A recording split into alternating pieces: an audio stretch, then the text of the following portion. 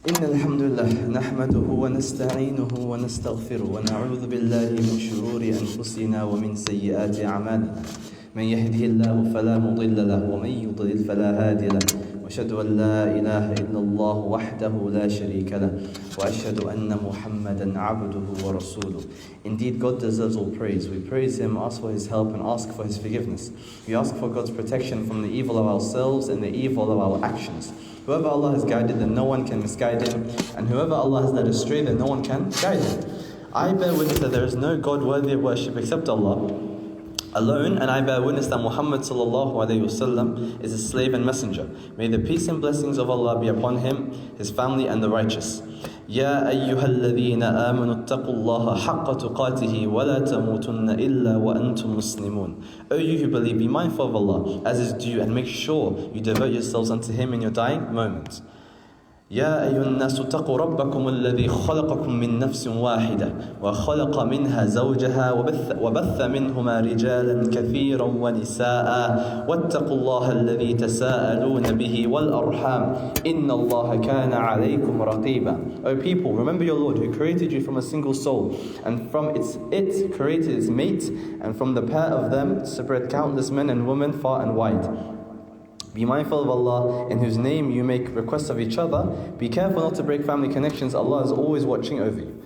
يا أيها الذين آمنوا اتقوا الله وقولوا قولا سديدا يصلح لكم أعمالكم ويغفر لكم ذنوبكم ومن يطع الله ورسوله فقد فاز فوزا عظيما. O believers, be mindful of Allah. Speak in a straightforward manner for a good purpose, and He will put your deeds right for you and forgive you for your sins. Whoever obeys Allah and His Messenger will truly achieve a great success. إن أصدق الحديث كتاب الله وأحسن الهدي هدي محمد صلى الله عليه وسلم وشر الأمور محدثاتها وكل محدثة بدعة وكل بدعة ضلالة وكل ضلالة في النار. أما بعد. Before I get started, I want to ask a question to the young brothers specifically, and just to remind you guys, I want to ask you a question, but I don't want you to say the answer or say what you want the answer, because as part of the etiquette of Jama'ah, we don't speak, right? As we all know. So I just want to raise up hands. Has anyone here watched the MJ movie, the Michael Jackson film? Anyone here watched it? Not yet? Maybe you're going to? Yeah? I'll tell you something, a story. Earlier this week, my siblings were telling me, when you got to watch this film, the MJ movie, the Michael Jackson movie that's kind of popular right now. And they're telling me that, can we watch it? Can we watch it in the cinema world, please? And SK, please. And I was like, look, we're in the Hijjah. We need to kind of, put that on hold for now and, focus on, prioritize, our ibadah and whatnot. And they're like, but it's not Ramadan. It's not like it's Ramadan, you know what I mean? I hear it, yeah, maybe it's not the best use of our time right now, but, it's not like it's Ramadan. And then I told them that, look, the reality is Dhul Hijjah is actually far more better in its daytime in terms of the virtue than Ramadan. In what sense? In terms of in the daytime. A lot of us don't know that, by the way, right? Ramadan, we look at Ramadan, we think that's the best and only month where there's so many virtues, which there is. Don't get me wrong, it is the best of all times. However, we're told by our scholars that Dhul Hijjah, the days of Dhul Hijjah, are greater in its daytime, daylight hours in virtue, than even the last 10 days of Ramadan, mind you. So keep that in mind, my brothers, inshallah. Because these are the days we're in right now, we need to maximize these benefits and these days of worship, inshallah, and make the most of it. So this is why I thought to mention that. Sorry.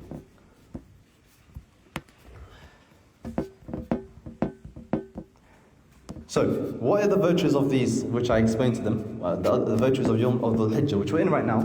Our Prophet ﷺ mentions in a beautiful hadith that there are no days, right, in which actions are more loved to Allah than the days of Dhul Hijjah, right? Meaning that Allah loves actions that are done, dua, dhikr, prayer, fasting, you name it. Anything that Allah is pleased with, Allah loves it to be done more than any time of the year in these days of the Hijjah. In other words, these are the best days of the entire year. These are the best days of the entire year.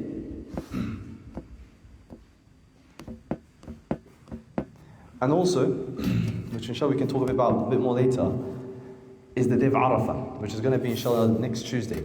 Inshallah. This day, our brothers, is the day our Prophet ﷺ mentions that whoever fasts on this day, and I want to mention this from the get-go right now before we get into the topic of the khutbah, that whoever fasts on this day of Arafah, then your sins will be forgiven from the previous year and the following year. You'll get 2 years of forgiveness. So my brothers, if you're not able to fast for whatever reason, or you choose not to fast these days of the Hijjah, please boys, do not miss out Arafah. At least do not miss that day of Arafah because of the reward, right? And guess what? It's during your half term. Alhamdulillah. A lot of you boys told me that you have your half term, right?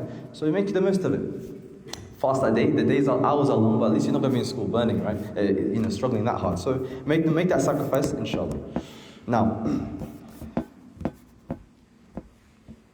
I want to remind us. I want to mention now 3 to 4 lessons that we can take from the days of Hajj. Because Dhul Hijjah, for those who know, I'm sure we all know, these days our brothers and sisters, the Muslims across the world, have met in Mecca and they're performing the rituals of Hajj, right? So I wanted to share 3-4 lessons that we can talk about and reflect on, that we can apply it to us here who may not be doing, who are not doing Hajj this year. Number 1, Hajj teaches us equality. Hajj, it teaches us equality.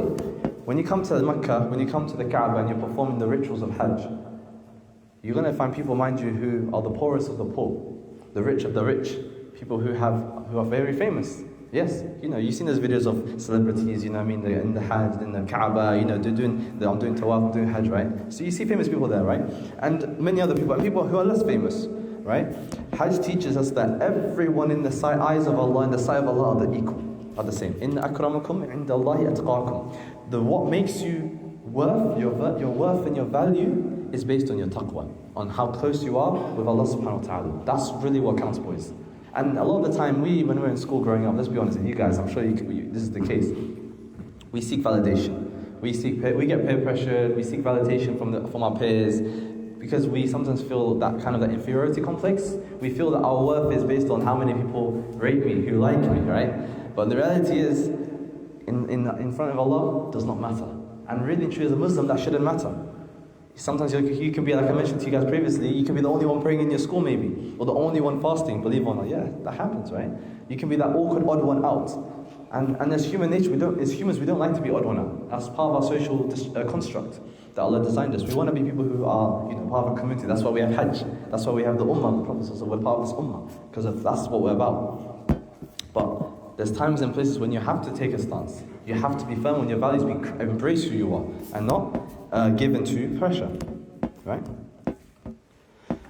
Lesson number 2. Hajj teaches us discipline. It teaches us what? To be firm on yourself, to build a routine, a positive routine. We spoke in the last khutbah about atomic habits, right? Building positive habits, right? We remember that, boys? We talked about this.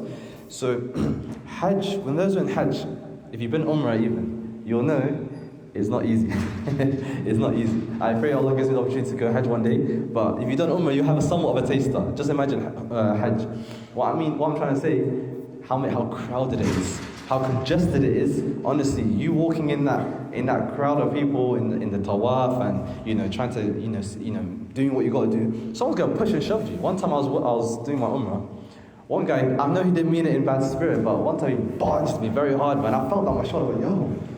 Yeah, so it happens, right? Because people are tossing and turning in tight space. People are frustrated, they can't take the heat, and people can sometimes misbehave a little bit, right?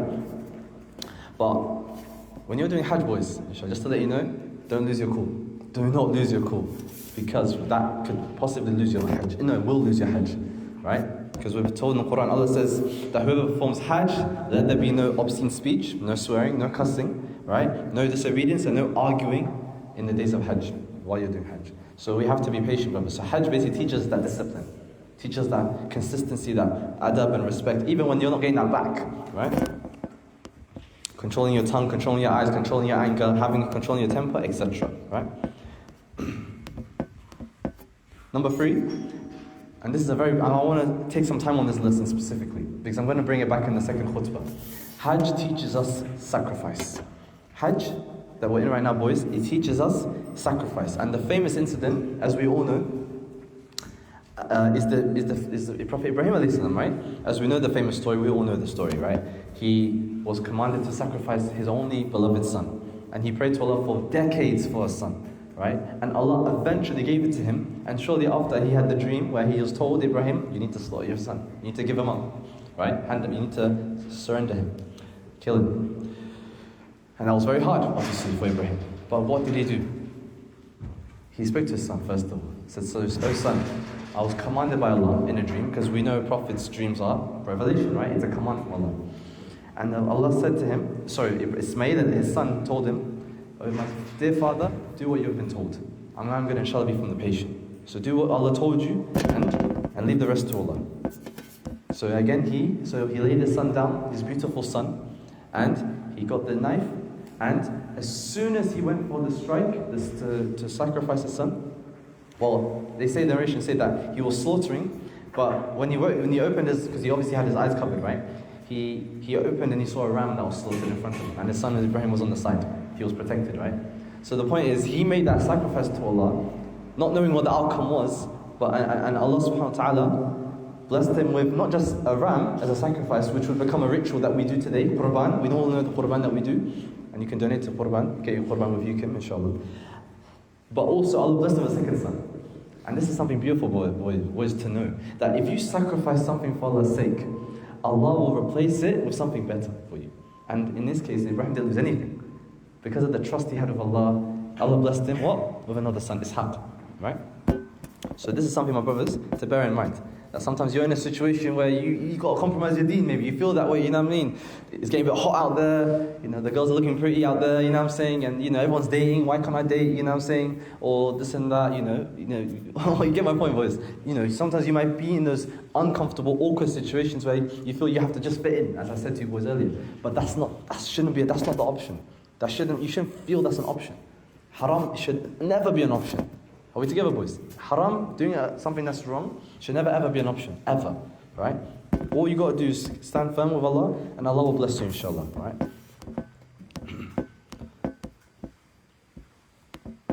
And obviously, that list can go on about smoking and vaping. I'm sure that's a big thing nowadays. Vaping and Allah musta'an, right? All of this stuff, right?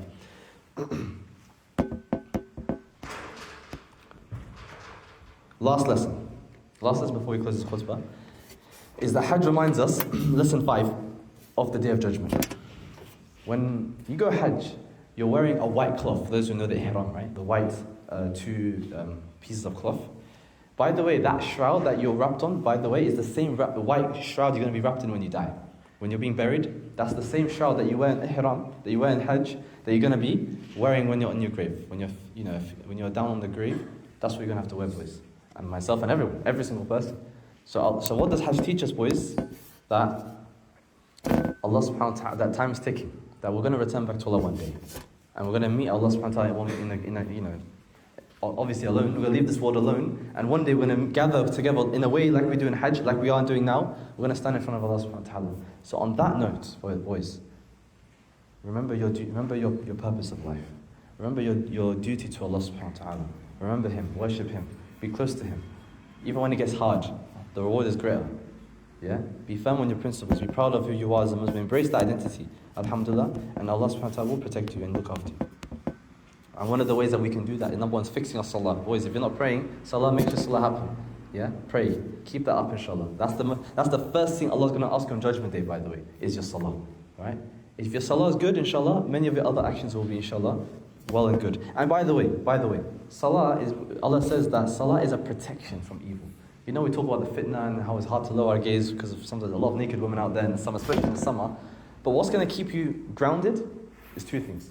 Salah, for sure, praying, and fasting. If you're a hormonal guy, you know what I'm saying? If you're a lad who's running a bit, has a high drive, that's going to really help you as well, fasting, to be honest. So do that, inshallah. And Arafah is just there for you to help you with that as well, inshallah.